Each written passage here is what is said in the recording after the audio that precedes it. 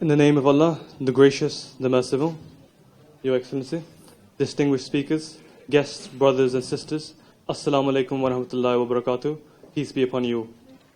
On behalf of the Ahmadiyya Muslim community, I would like to welcome you all to the 3rd annual convention in Malta, being held on the theme of serving humanity. The program for this afternoon is as follows. We will start things off with the recitation of the Holy Quran, which will be followed by speeches from distinguished guests. We will then have a donations presentation, and we will conclude with silent prayer and lunch. It is our tradition to start with a brief recitation of the Holy Quran, and for that I would like to request Mr. Yusuf Muhammad Bala to recite a portion of the Holy Quran. أعوذ بالله من الشيطان الرجيم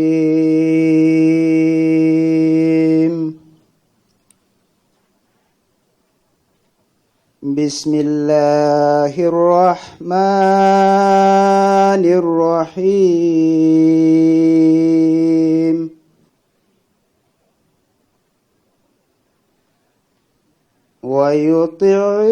ويطعمون الطعام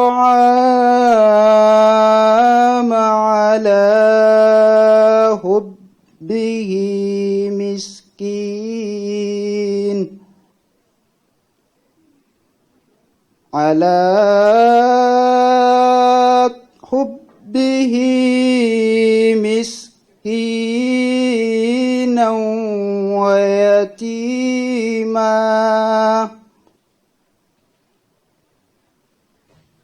على حبه مسكينا ويتيما وعسيرا إنما نطعمكم لوجه الله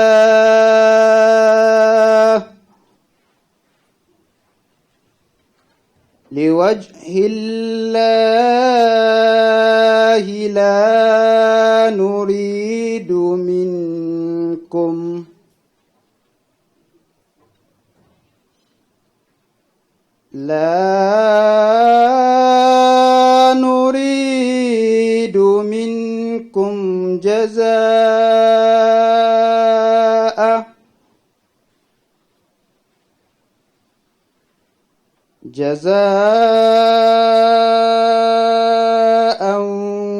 ولا شكورا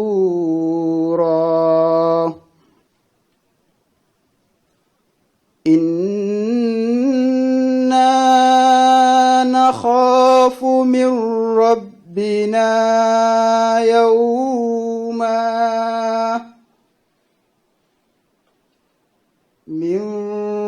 ربنا يوما عبوسا قمطريرا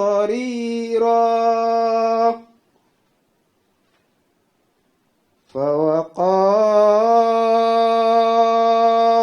الله شر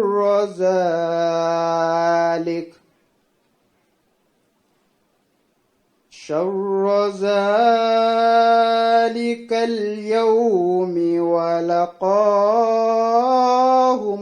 نضرة وسرورا. Meaning, in the name of Allah, most gracious, ever merciful. And they feed for the love of Him, the poor, the orphan, and the prisoner, saying, we feed you for Allah's pleasure only. We desire no reward nor thanks from you. Verily, we fear from our Lord a frowning and distressful day. So Allah will save them from the evil of that day and will grant them cheerfulness and happiness. Holy Quran chapter 76 verse 9 to 12.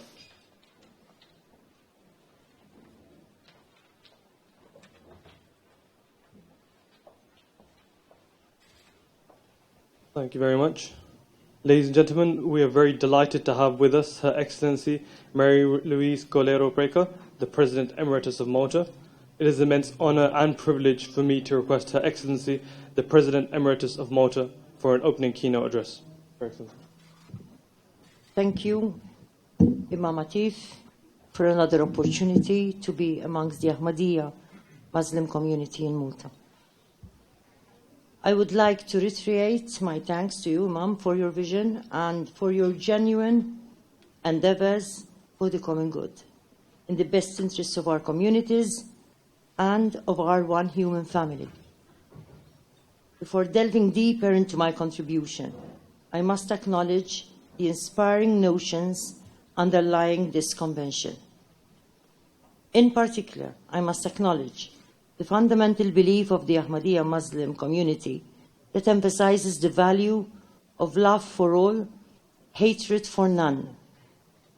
I believe that this value should be a guiding light for all of us.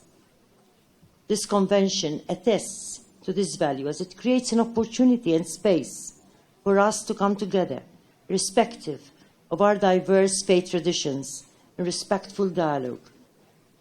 Such an occasion is evidence of respect, love, and the urge to live in harmonious environments. Promoting these values of respect, love, and harmony in a world where, unfortunately, mistrust has become the order of the day is truly encouraging. It is heartening to know that such an initiative as this convention counters the waves of discord and confusion that seem to unfortunately dominate our human family nowadays. I truly appreciate such initiatives because they create a balance to the sad mentality that seems to be taking over the minds of some of us. Such a convention gives us hope and lifts our morale over the tragic events of conflict between nations, of violence carried out in the name of religion, and of other forms of violence against humanity. Each and every one of us has a responsibility to do our part to address extremism. We need to do our part to create an environment which is conducive to the full enjoyment of freedom of religion or belief by all persons. Freedom of religion as a human right and a fundamental freedom was a value recognized and acknowledged by our forefathers and foremothers 70 years ago, when the international community, through the United Nations, overtly approved the Universal Declaration of Human Rights. We are all responsible for the promotion and protection of this fundamental freedom. We all need to refrain from fostering inter-religious tensions. We are all responsible to promote and work for an environment of respect and appreciation amongst all members of our human family, regardless of our religion, belief, or culture. Through my ongoing experience of engaging with children, I have become very aware that all children coming from whichever community or country yearn and want to live in peace, free of violence and conflict. We must know that a children's movement is rising. Children across the world are calling for a better world, where the well-being of all humanity is upheld and peace is safeguarded. Therefore, through activities like today, we need to feel further stimulated to help in the much-needed transition towards a world of unity and peace.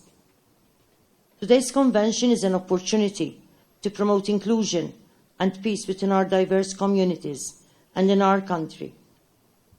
Children and young people deserve an inclusive and peaceful society. We as adults have a responsibility to ensure that our children and young people are not caught up in the far-right rhetoric and populist propaganda. We as adults have a responsibility to ensure that our children will not fall ransom to an extremist mentality. We as adults have a responsibility to safeguard our children from extremists who abuse their childhood and corrupt their lives. we as adults have a responsibility to endeavor to overcome the challenges of extremism so that our children and young people can truly live with dignity. Our country and the world are passing through a transition. Our world is growing into a more multi-ethnic, multicultural, and multi-faith global society. We must therefore work together to ensure that this transition is built on respect and takes place in a spirit of friendship and togetherness.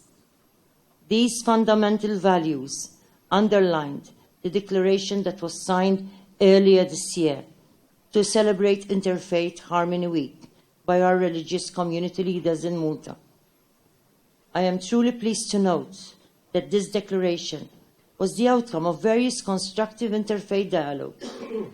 It was indeed inspiring to see community leaders, religious community leaders in our country, coming from different faith traditions, come together and ascribe to the shared values of love, peace, and respect, and also to commit mutual solidarity. These religious community leaders declared that religious harmony is an essential contributor to achieve unity in pursuit of positive peace, inclusive prosperity, and holistic well-being for all of our society. These leaders, through this declaration, resolved to nurture religious harmony through processes of meaningful dialogue, mutual understanding, and fruitful cooperation. They also reiterated the principles enshrined in the Universal Declaration of Human Rights, in particular, the right to freedom of thought, of conscience, and of religion. Through this declaration, they also acknowledged that despite the many cultural, theological, and religious differences that exist, we celebrate the shared value of love, to achieve peace, and to implement the principles of social justice. Our dialogue today is another important step in the process to counter populism, extremism, violence, intolerance, and conflict. It is undoubtedly a meaningful way to promote peace. Having said all this, I must emphasize that each and every one of us have a responsibility to work for peace. Each and every one of us must work harder for the message of respect and peace to fill our news headlines. Each and every one of us must work for peace education to persist in our classrooms. Each and every one of us must work for peace to be the motivation of all of our endeavors. Each and every one of us must work to reverse the global culture of violence that unfortunately has dominated our communities and our nations for too long. Each and every one of us must work to challenge the divisions that are repeatedly frustrating our peaceful coexistence. We need to emphasize that peace is not defined by the absence of war or violent conflict. Rather, we must work for all humanity to embrace the values of mutual respect, of sharing, of incremental and sustainable progress to ensure the deserved dignity and respect for all. We must commit further to a message of peace in our daily lives. We need to challenge misinformation, populist and far-right agendas, prejudices, intolerance, and conflict in whatever form they are presented to us. We need to be courageous and stand up for what is right, for what gives dignity, respect, and peace to all of our human family. Therefore, let us continue to support, acknowledge, and be inspired by the goodwill of those engaged in peace education, like the goodwill of those behind this activity we are participating in today. This is what I believe that serving humanity is all about. Let me conclude by emphasizing the belief that peace must be our guiding light in our hearts and our minds as we struggle to understand, deal, and overcome the uncertainties and challenges of this world. Peace must be the measuring tool by which we determine our success. Finally, I must once again thank you for inviting me to join you and celebrate our shared values. Let's ensure that our efforts to ensure well-being and peace for all of our human family be the precious gift we offer to our children, communities, and our world. I would like also to conclude my contribution to this convention, to conclude my contribution to this convention by quoting Nelson Mandela, someone who inspires me to continue my work for peace. Mandela said, "No one is born hating another person because of the color of his skin, or his background, or his religion. People must learn to hate. And if they can learn to hate, they can be taught to love. For love comes more naturally to the human heart." Thank you.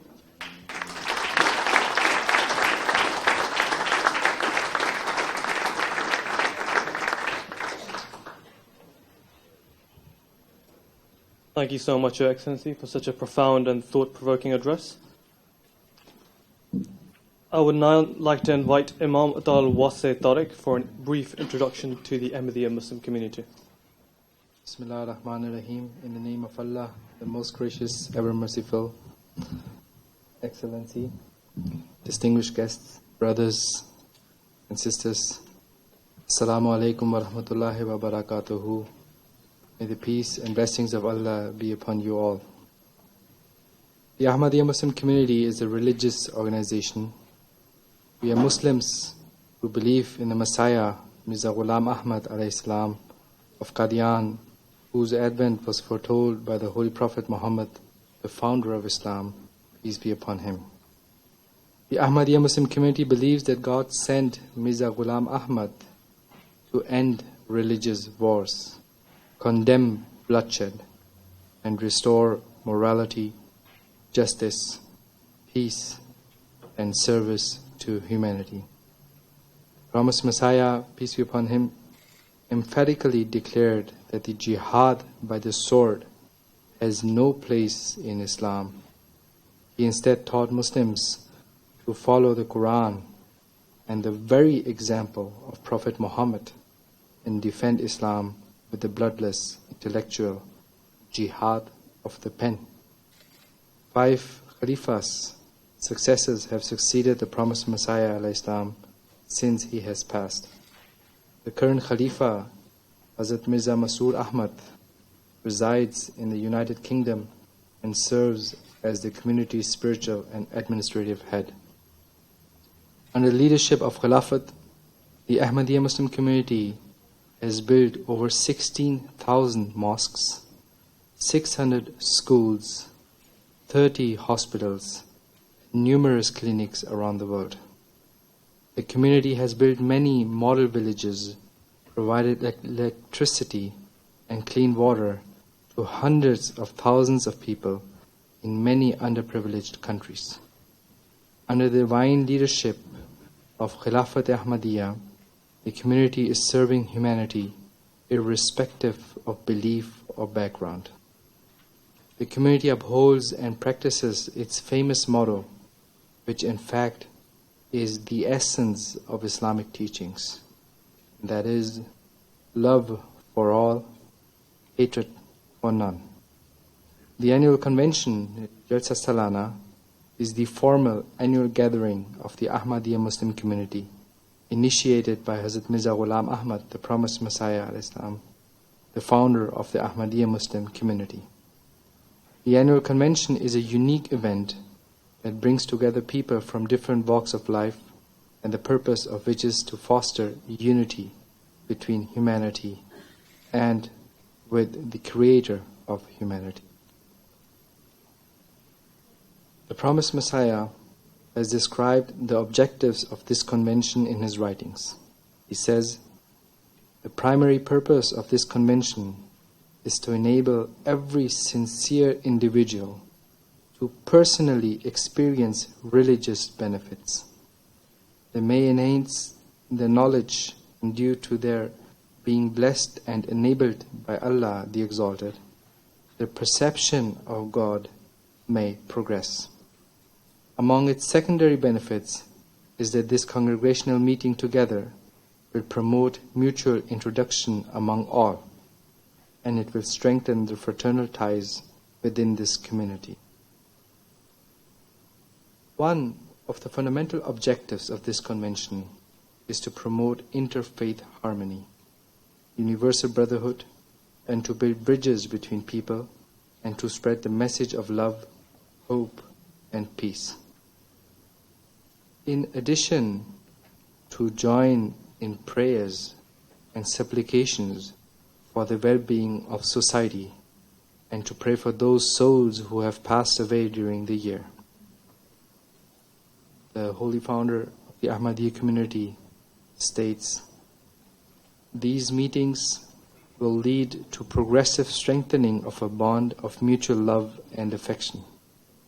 Similarly, prayers for the forgiveness of such brothers who have passed away during the year will be offered.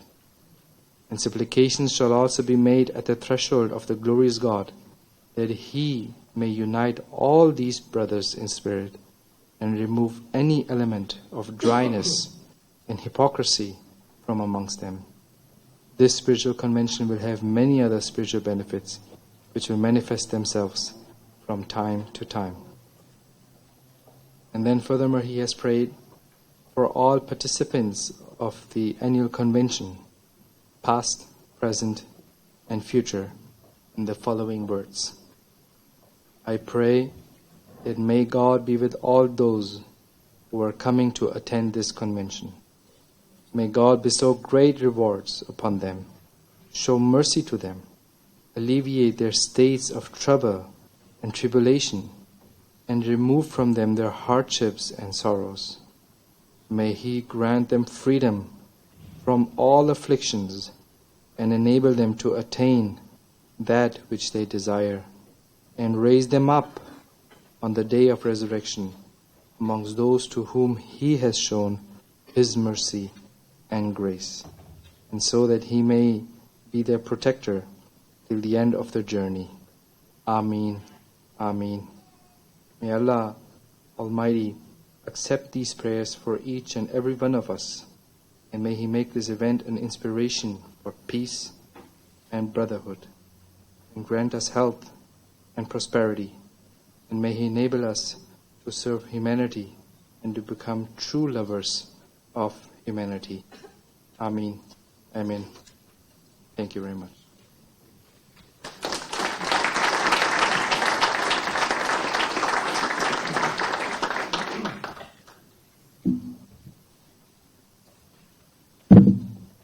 Thank you very much. Now it's my pleasure to invite our next guest of the evening, Honourable Ivan Bartolo, the Member of the Parliament, to say a few words. Your Excellency, Imam Atif, members of the Ahmadiyya community, and distinguished guests. We islanders are born dreamers. We are touched by the magic of the sea. Islanders have a feeling of reaching out because we are Mediterraneans.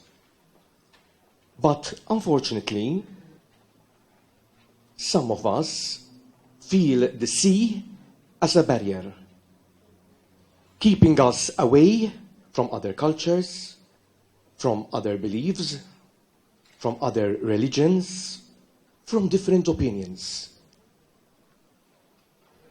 Some of us feel the protective nature of the sea holding us like in a fold. But we, islanders, will be dreamers when the sea leads us to adventures. We'll be true dreamers when we confront waves, true dangers and mishaps. Because our sea is adventure, faring the unknown, and meeting people with other beliefs. Our sea is not a dead sea. Unfortunately, from my tower, I can notice outright conflict. I can notice people from other culture being used and abused. Have been witnessing intolerant fundamentalism. But we value our culture. We developed our identity. Ours, Malta, is a culture founded upon the interaction of peoples and identity built around the values of peace, freedom, solidarity, and justice. But today, we, islanders, unfortunately, not all of us cherish our role as a bridge of understanding among peoples and cultures across our region and beyond. The Mediterranean in itself brings together an overlapping of cultures and values. And this is why we are together today. This is why we are one today. We came together, although we are from different regions, from different beliefs, and maybe different, but we have one value in common. The value that we can have a conversation. The value that we can eat together, that we can pray together.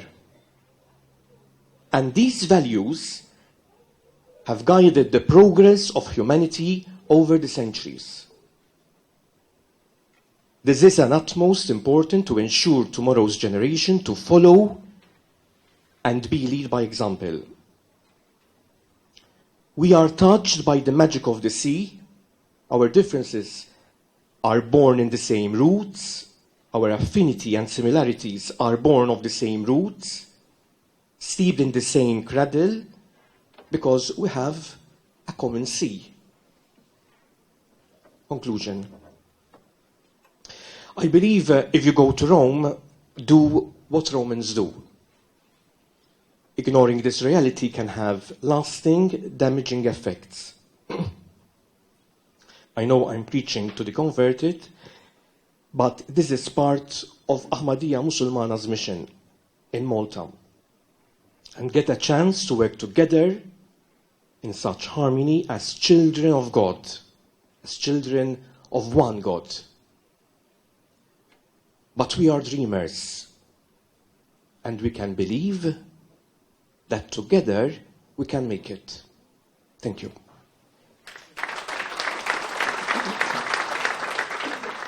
Thank you very much, Honourable Ivan Bartolo. Our next guest this afternoon is Miss Margaret Baldacchino, the Mayor of this locality, Msida.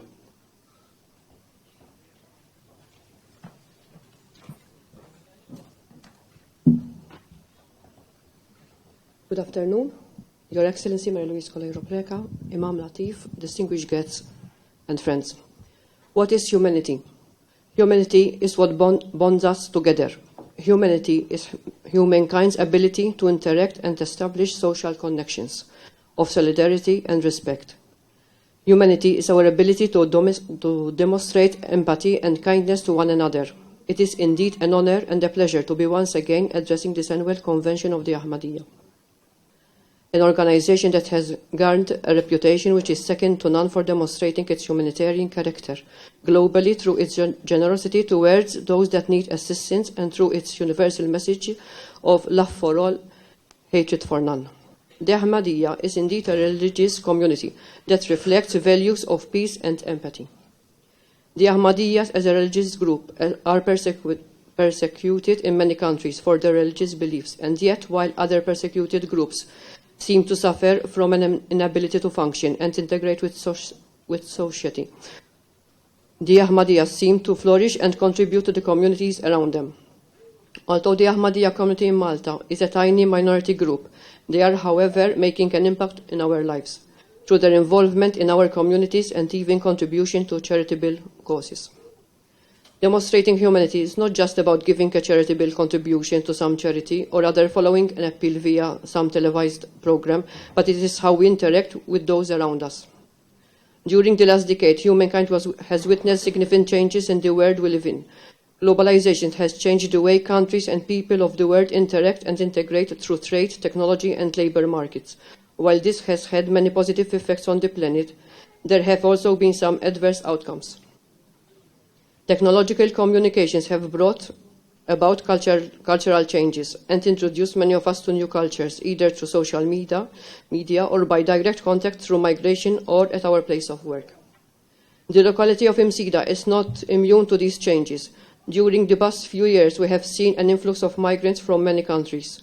This swift change in our local demographics has been the cause of some tensions between the new residents and Maltese, as both sides struggle to adapt and understand one another. On the other hand, our locality has seen positive economic growth. Small businesses have seen an increase in their sales, and many new and even upscale restaurants have opened up. The downside of economic growth is, of course, some more construction and more traffic on our streets, compounded with limited parking space, which put a strain on all the residents in our community. Multiculturalism is a reality, and the Msida Local Council strives to promote programs of inclusion and integration within the locality. It is actively involved with many NGOs and governmental entities. On behalf of the Msida Local Council, I take this occasion to thank the Ahmadiyya for its active social participation in our society and augure its continued success in promoting humanity and humankind both in Malta and on the international platform. Thank you.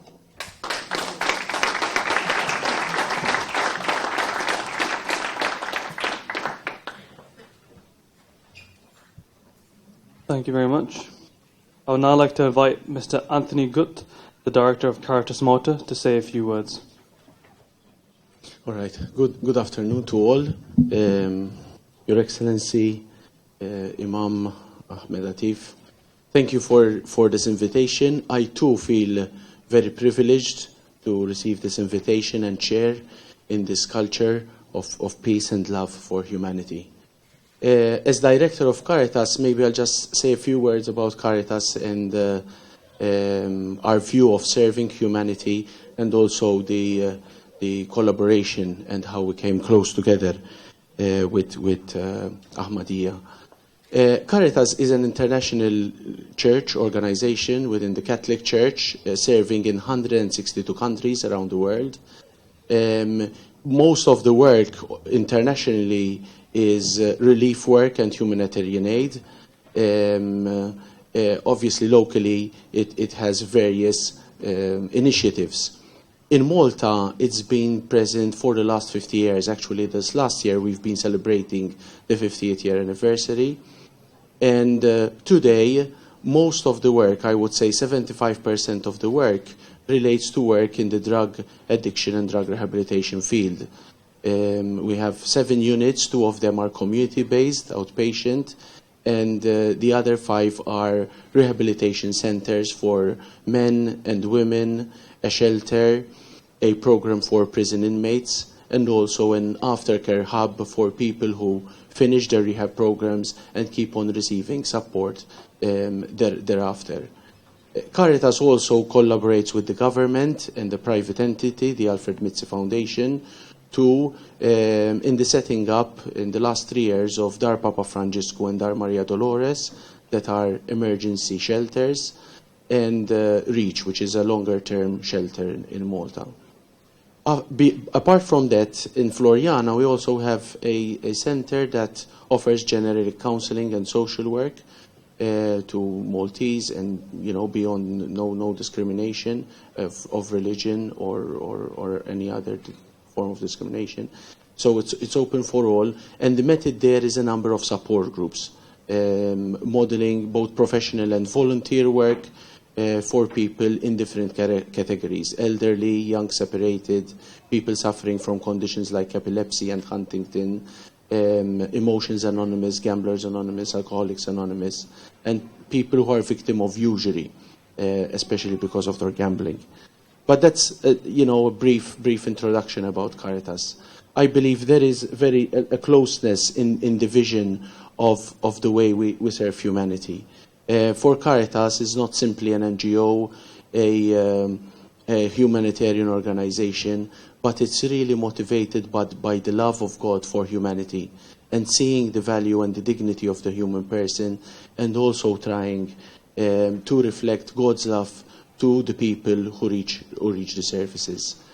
So in that sense, I see a lot of closeness with the Ahmadiyya Muslim community.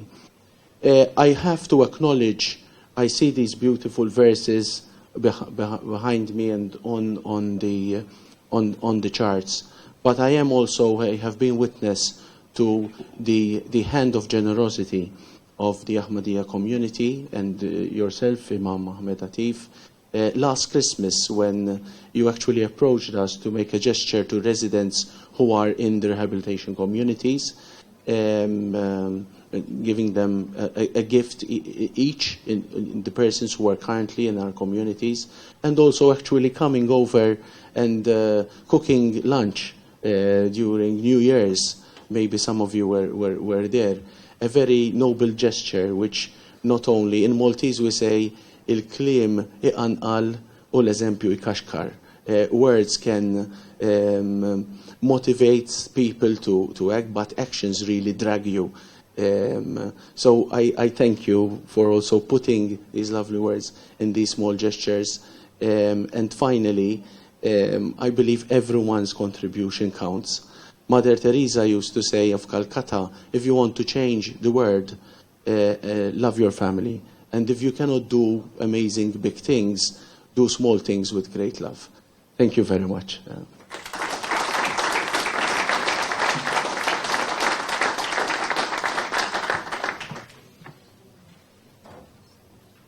Thank you very much. Our next speaker is Reverend Ion Iftimia from the Romanian Orthodox Church. Good afternoon, everyone. Good afternoon, Excellency, Imam. First of all, thank you so much, Imam, for the second year when you sent me the invitation.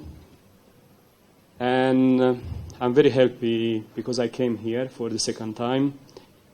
But unfortunately, I have to speak directly. It's the last, I think, the last 2 weeks when I'm going to stay in Malta, because I finished my mission here in Malta after 6 years. And I'm very happy because I know you before this invitation from these 2 weeks, 2 years. Thank you so much for everything, for help, and for what you're doing here in Malta. And I'm happy because I know you are doing a very good job, and you try to help a lot of people, a lot of community. Because first of all, in Malta, it's very important to work each other like a team, because it's important to congregation and a lot of churches, a lot of nomination. The most important is the love each other.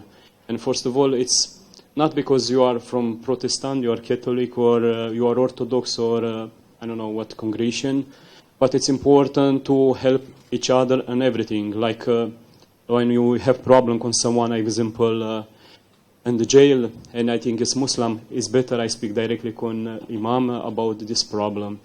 And every time I do it like that, because I go almost every time in the jail and hospital in Mater Dei. And like Excellency, know my work, what I'm doing in Malta, and it's not hard for me and for my community. Thank you so much. God bless you each one, and all the best for you and for your family. God bless you.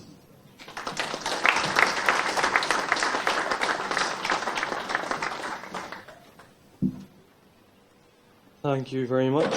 Now I'd like to invite Reverend John Anthony Berry, the Dean Faculty of Theology, University of Malta, and Secretary of Commission for the Interreligious Dialogue of the Archdiocese of Malta.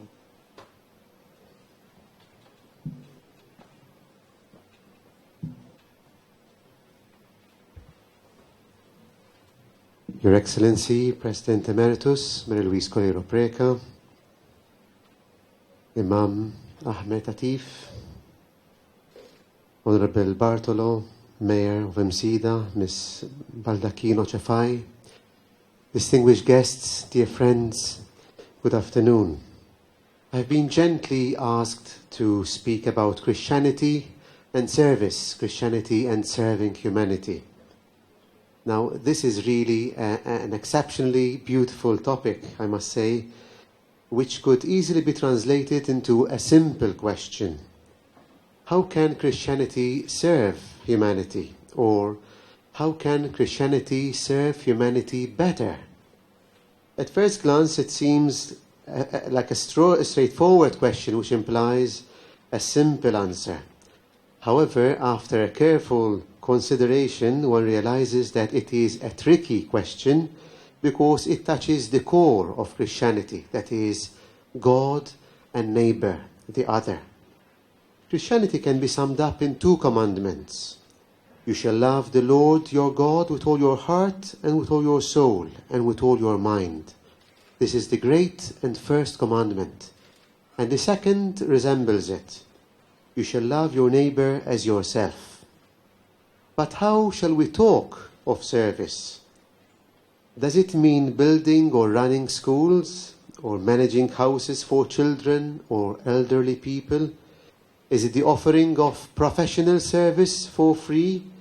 Is it the giving of advice, mentoring, accompaniment and encouragement, and much more? This is all good, but there is a risk of becoming merely functional. There is a risk that activism takes over the contemplative and the introspective dimension.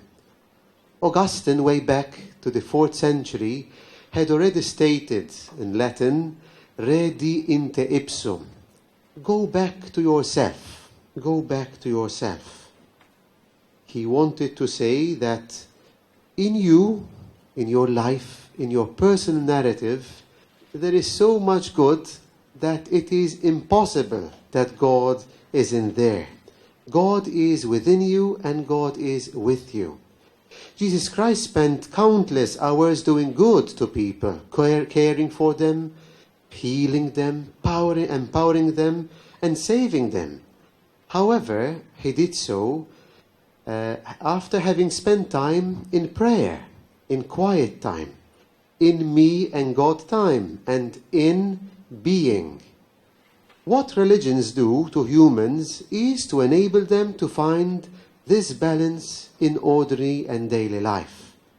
Not doing over being, not being over doing, but being and doing. Today's event brings us together as followers of different religions to appreciate the beauty of who we are on a communitarian basis and on a societal level. Religion imparts values that are so badly needed in society at large, particularly today. Can you imagine a society without values or a morality-free society? Can you imagine an educational system that does not include in its curriculum discourse things like or expressions like love of neighbors, values, or personal and spiritual growth? Religion is not ethics. We don't simply do something, respect or tolerate others. We don't simply provide service. Religion urges and enables us to be, to become free to love each other and God. Now that is service because it flows equally from the mind and from the heart. Service, as Christianity understands it, is being and doing. Being is true to self. Doing is true to others. I would define service in 2 words: readiness and attentiveness. Readiness is the disposition of the heart, knowing oneself, being connected to oneself, standing still, standing firm. Readiness is not an intellectual ability. Readiness is not an existential characteristic. Readiness can properly be understood in view of the affective dimension, the trust dimension.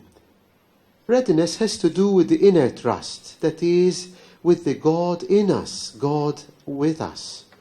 Readiness is a disposition, an openness that can make us realize how fragile and vulnerable we are, and how blessed we are to be people of faith and to come together as people of faith. Personally, I love two verses which I would like to share with you. First one is from Isaiah 7:9, which states, "Unless you believe, you will not stand firm." Hence, if one wishes to stand firm and be ready for others to help and to love and to live in peace, one has to believe. The other verse is from the book of Psalms, chapter 46, verse 10. "Be still and know that I am God." I wish to properly understand service. If we wish to properly understand service, then we have to ground it in readiness, in faith, and in trust. Attentiveness, the second word, means being mindful of others, the needy, the poor, the marginalized, everyone we meet in the streets and even in our homes. Attentiveness means alterity, and that's what spirituality is all about. It's going back to oneself, but also being in relation to others. It means to recognize that we are brothers and sisters. It means to love unconditionally. And the aim of today's encounter is to realize that our religions do not simply make us better persons, but actually builds a character in us, imprint an ethos that through our actions we can contribute to a better society.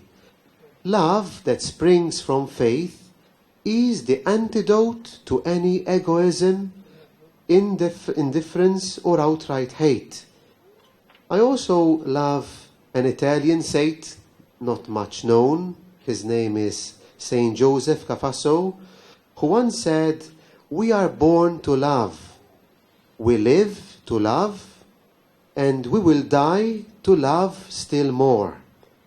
And if we wish to talk about service, love, and well-being, then I also refer to Thomas Merton, who says, "We need to be protagonists of change and not guilty bystanders.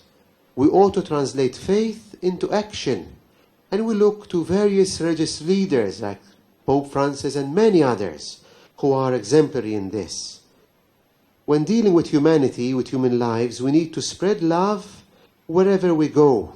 Mother Teresa once said, "Let no one ever come to you without leaving happier." I wish to conclude my speech with reference to 4 R's, 4 verbs starting with an R. The first one is receive. If we wish to talk about service in society, in our communities, then it is all about receiving others in our lives. Every encounter is a blessing. Every greeting is providential. Every smile can be a life changer. The first step is to accept everything and everyone as a gift. So the first R is receive.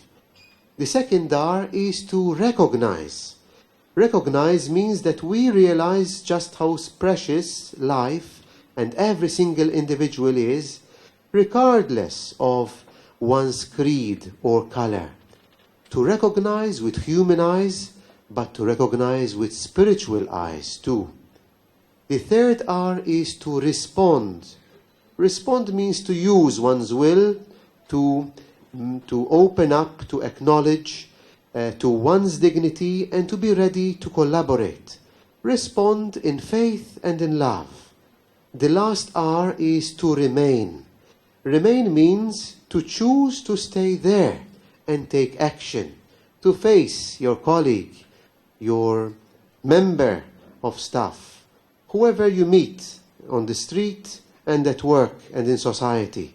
Remain means to be with oneself and with your neighbor and with God. So returning to our original question, how can Christianity serve humanity? I would answer with these 2 words, readiness and attentiveness, which I translate into being and doing, stillness and joy. And in a nutshell, to conclude, when properly understood, service is the key to everything in life. Thank you.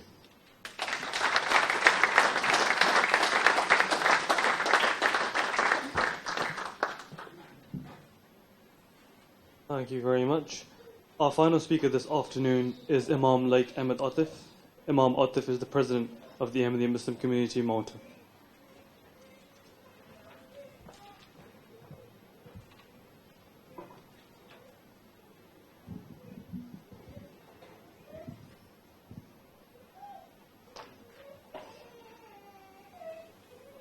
أعوذ باللہ من الشیطان الرجیم بسم اللہ الرحمن الرحیم. In the name of Allah, the most gracious, ever merciful. Your Excellency, distinguished speakers, guests, members of the Ahmadiyya Muslim community, brothers and sisters, Assalamu alaikum wa rahmatullahi wa barakatuh. May you all live in peace. May you all always enjoy the mercy and infinite blessings of Allah the Almighty. Please permit me to take this opportunity to thank you all wholeheartedly for attending the 3rd Annual Convention 2019, which is being held on the theme of serving humanity. We are highly grateful for your presence here. God bless you all. And before I move on, I would like to say a few things that this morning we had a session and we were all freezing in this hall. But with the warmness of love and respect we all share, I think now everybody is feeling hot. So it's, I think, more than that the ACs are not working, the air conditioning, they are working.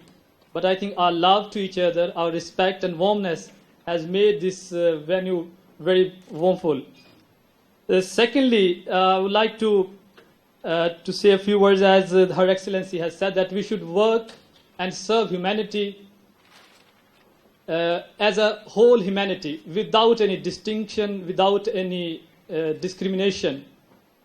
And just to mention one, that the Ahmadiyya Muslim community has a humanitarian organization which is working under the banner of the Ahmadiyya Muslim community. It's not an independent organization, but works under the main Ahmadiyya Muslim community, and its name is Humanity First. And when our 4th Caliph introduced and launched that organization, he gave the name Humanity First, meaning that no color, no creed, no religion, but humanity is first. So we should always look as a human being, without any discrimination and any favor. So, Your Excellency, I take your words that we should work for all humanity. Secondly, all the speeches were wonderful, and I thank all my guests, but because of the limitation of time, so I could just say a few things. One, I would like to say things about one of our great friend, Ms. Anthony Gutt from Caritas. He's the director of Caritas. He said that last year we shared some hampers we distributed to at Caritas. And I would like to, and also that we had New Year lunch with the residents of Caritas. So I would like to assure him that this love and services to humanity are not for a time being. But love to humanity, it is part of our everyday life. So we are motivated by these actions, and God willing, we will carry on. Our both initiative this year as well. But we will not only carry on, but we are going to make them at a larger scale. The New Year's lunch will not be offered only to Caritas, where we last time had at San Blas. But this year we are going to have it at a larger scale, and it will be open to public, and hopefully, God willing, we will accommodate and will host around 100-200 people in need who are homeless, and there's nobody who could care for them on these moments of happiness. So we will be, God willing, having a big lunch for all those people, and we'll have them with us as well. So thank you so very much for pointing out these, although we had planned already, but I wanted to mention these here as well, because once we take one step, we should, I think the love of humanity does not make us to stop, but we take a second and then third, we move on. So now I would like to come to my subject of this afternoon. The subject of serving humanity has always remained a very important subject. However, In the contemporary times of materialism and selfish ulterior motives and interests, this subject has become extremely relevant. Serving humanity is a hallmark of Islam. The entire Islamic teachings are based upon two fundamental principles of rights of God and rights of humanity. Thus, we are taught that the worship of God and kindness to the creation cannot be separated from each other. In this connection, the founder of the Ahmadiyya Muslim community, the Prophet Messiah, peace be on him, states that there are only two components of Islam. One is complete love of God, and the other is to love mankind so much so that one should think that their difficulty is one's own. The verse of the Holy Quran, which so comprehensively covers this concept of service to humanity, reads, "You are the best people raised for the good of mankind. Because you have been raised to serve others, you enjoin what is good and forbid evil and believe in God." This verse explains that only those are worthy to be called the best people, those who serve humanity selflessly, those who do good and show kindness to others, those who do not do good to any particular people or country or nation, but they do good to all humanity, and those who enjoin what is good and forbid evil and believe in Allah the Almighty. How comprehensively the subject of serving humanity has been addressed in this verse. In fact, the real purpose of a Muslim's life is to do good for humanity, and it is also considered a form of worship. In chapter 2, verse 84 of the Holy Quran, Allah the Almighty instructs Muslims to speak kindly at all times and to be considerate of the feelings and sentiments of other people, and to love and protect vulnerable members of society such as orphans, poor and destitute. Chapter 4, verse 37 of the Holy Quran states that Muslims should care for their neighbors. Further, in chapter 90, verse 15 to 17, Muslims are instructed to feed the hungry, to show empathy and love to orphans, and to help anyone in need, especially those who are poor or who are defenseless and weak. Similarly, in chapter 2, verse 196, the Holy Quran states that if a person wishes to save himself from humiliation, degradation, and ruin, he must be kind, generous, and do good to others, without expectation of anything in return. In chapter 51, verse 20, the Holy Quran states that the hallmark of a true Muslim is that he should care for all of God's creation and should comfort and support those in need, whether they seek their help or not. Further, in chapter 76, verse 9 to 10, highlighting the qualities of virtues and the true servants of God, it states, "And they feed for love of him the poor, the orphan, and the prisoner, saying, we feed you for Allah's pleasure only. We desire no reward, no thanks from you." The Prophet Messiah, the founder of the Ahmadiyya Muslim community, peace be on him, says, "Treat all the creation of God with such deep love as though they are your close family member. Treat mankind in the same way that a mother treats her child." What a magnificent and noble teaching. It is this mother-like spirit of selflessness, compassion, kindness, sincerity, and devotion, without seeking any praise or reward, that Islam requires Muslims to develop in their hearts for all of humanity and not just for their own progeny and friends. A question just came into my mind, and I think most of you would be having that question, that if Islam teaches that, so the Muslim world is portraying a different picture. without going into details, I could just tell you, because they are doing this because they are not following the true teaching of Islam. So it's not the fault of the teachings, it's the fault of those who are not following the true teachings. Having given some Quranic references, let me present to you some shining examples of the life of the Holy Prophet Muhammad, the founder of Islam, peace be on him, with regard to the service to humanity. Once a person asked the Holy Prophet Muhammad as to who were the people whom Allah loved the most, and what were the deeds that pleased him the most. The Holy Prophet Muhammad, peace be on him, replied, Allah loves those people the most who are the most beneficial to others. Allah loves those people the most who are the beneficial to others. Let me present to you an interesting incident of the life of the Holy Prophet Muhammad regarding service to humanity. Once, the Holy Prophet Muhammad received 10 dirhams, the currency of that time, from somewhere. A trader passed by and he bought a shirt from him for 4 dirhams.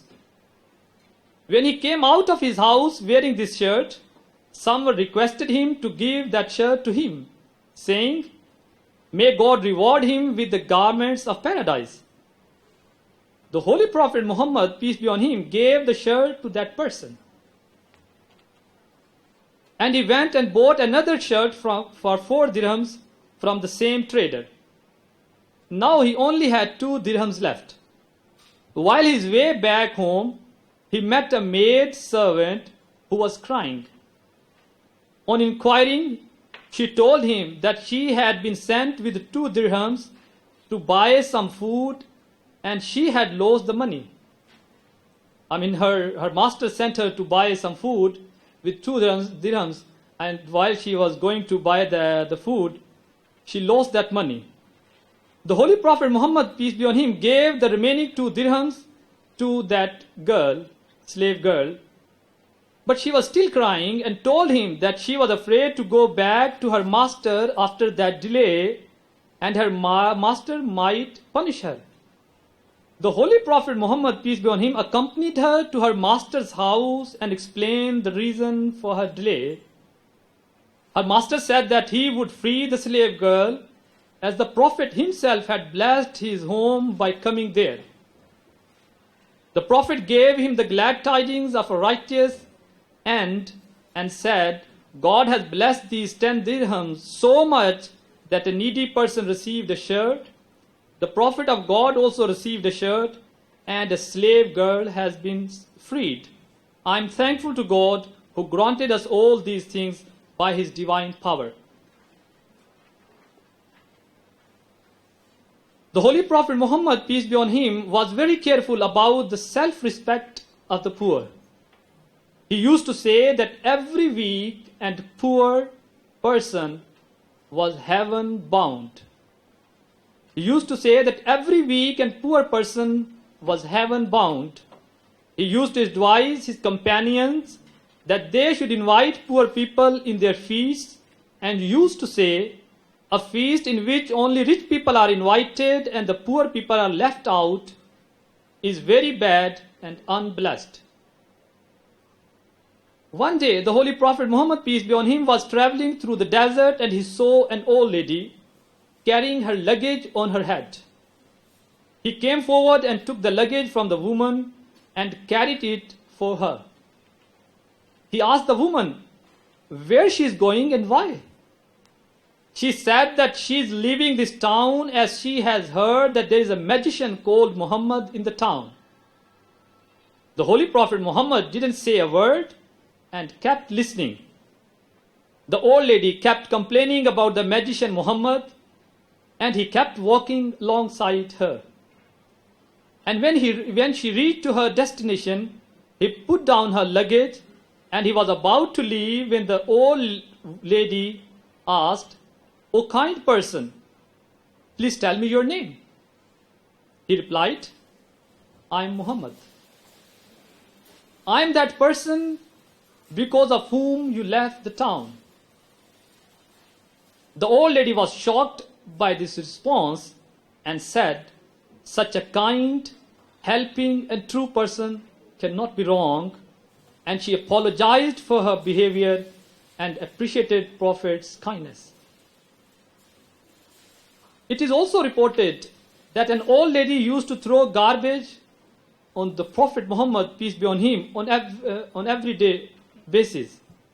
One day, when he walked out of his home, there was no garbage. This made the Prophet inquire about the old woman, and he came to know that she was sick. The Holy Prophet Muhammad, peace be on him, knocked at her door and asked, "Can I come in?" The woman started worrying that he may have come to take revenge. But he spoke with such a gentle voice that she allowed him in. He explained that he has come to see her because today she didn't come out to throw the garbage on him, and he was concerned about her health. And he gently asked if she needed any help. He assisted her and came to her house every day to feed her and to pray for her until she was on her feet. The question I earlier raised, and as I asked that might you are having that question in your minds as well. So true answer to that question is this one, that these are the examples which we are asked to follow. If someone does the opposite, any Muslim does the opposite, so it's absolutely his fault. That's not the fault of the Islamic teachings. The Prophet Messiah, al-Islam, the founder of the Muslim community, specifically instructs his community and says, refrain from evil and be truly compassionate towards mankind. Purify your hearts of malice and spite, for you will become like angels through this habit. It is a filthy and unholy religion that is devoid of sympathy for humanity, and polluted is the path riddled with the thorns of rancor based on selfish desires. Be compassionate towards all for the sake of God, so that you may be shown mercy in the heavens. Ladies and gentlemen, as far as the Ahmadiyya Muslim community is concerned, the love of humanity is ingrained in us. Our very texture is woven with the yarn of serving humanity. We not only believe, but truly live up to our universal motto, love for all and hatred for none. We have pledged allegiance to our founder, the Prophet Messiah al-Islam, on 10 conditions of initiation. One of which is this, that we shall keep ourselves occupied in the service of God's creatures for God's sake only, and devote our talents to their welfare, and shall endeavor to benefit mankind to the best of our God-given abilities and powers. I would like to conclude with the blessed and wise words and prayers of Hazrat Mirza Masroor Ahmad, the current supreme leader of the Ahmadiyya Muslim community. He is the 5th successor to the founder. He says, I pray that all people, irrespective of religion, race, or ethnicity, join together in the service of humanity and work towards the betterment of society with a spirit of love and cooperation. Today's world has become like a global village, as every nation is now interconnected. As a result, more than ever before, it is a duty of all humankind to foster a spirit of brotherhood and mutual love amongst the people of all nations and of all beliefs. Unfortunately, the sad truth remains that instead of elevating our standards of love and compassion, the opposite is proving true. Selfishness, greed, and culture of me, selfishness, greed, and a culture of me is prevailing across the world and across society. Thus, I pray with all my heart that mankind forsakes greed and forgoes the pursuit of narrow, selfish interests, and instead comes to recognize the importance of protecting all of humanity and of showing kindness, compassion, and love to God's creation. I pray that a spirit of service to humanity takes permanent root in society so that we protect our future and leave behind a better world for our children and coming generations to live in. May Allah the Almighty enable all of us to fulfill our responsibilities in this regard. Ameen. Finally, I would like to once again express my gratitude to all of you from the depths of my heart who, by coming here, have demonstrated their love, affection, and brotherhood. Thank you very much. God bless you all in abundance. Wa akhiru da'wana anil hamdulillahi rabbil alameen.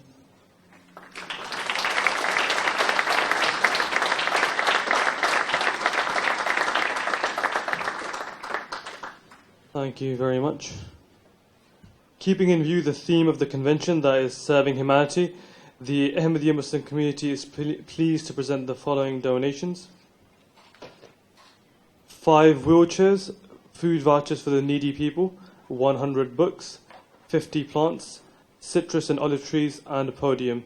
These donations were thought out with thorough consideration for the benefit of people, society, and to help the environment.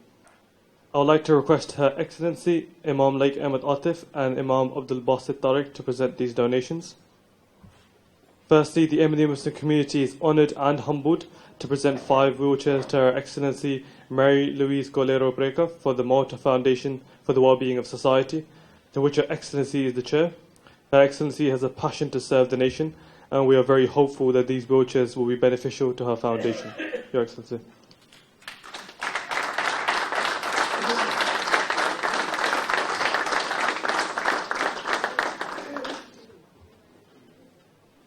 Next, the community is pleased to present some food vouchers to Honourable Ivan Bartolo, Member of the Parliament, which will be given to people in extreme need. Honourable Bartolo is very much engaged in the social work and meets many needy people on a regular basis.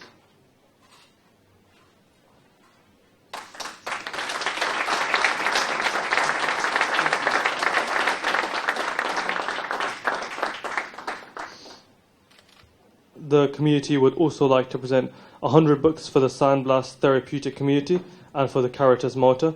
I am glad that we have with us Mr. Anthony Gutt, the Director of Caritas, to receive this donation.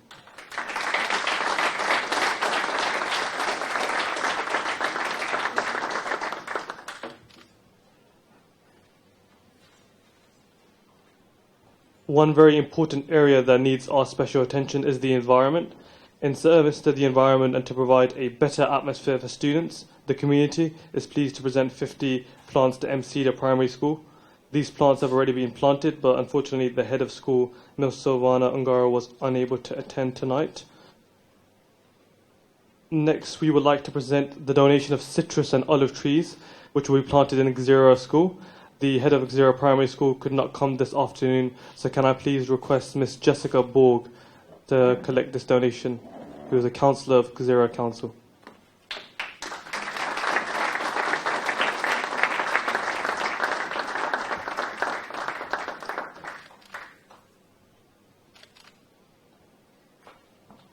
Last year, when we held our convention here, we noticed that there was no podium available in the centre, so the Ahmadiyya Muslim community thought to present a podium to the local community. I would like to request Mr. Maurice Ajus, the coordinator of the centre, to accept this donation.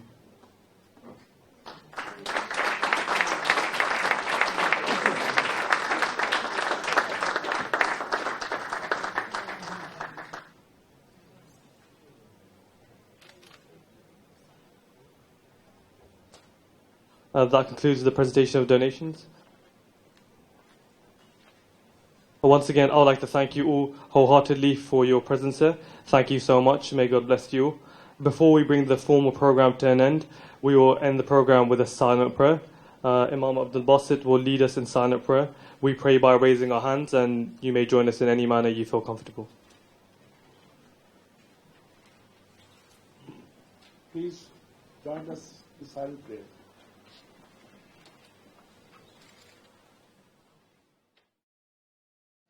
I've been invited to this convention to speak about Christianity and serving humanity.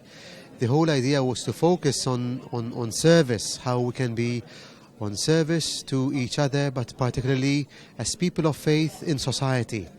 Our contribution is mainly by recognizing each other. We're a gift to each other, the faith that we share, the love that we share together as brothers and sisters, the idea of not simply recognizing each other, but also of responding in faith and true values. We want to make a difference in society and through our communities. Basically, when we spoke about service, we said that we need to be ourselves, we need to be true to our God that we serve and we love, and also to be present in society through our own identities and through our own service and work that we do. Basically, we saw that service needs to be accompanied by faith, by trust, and also by the idea of love.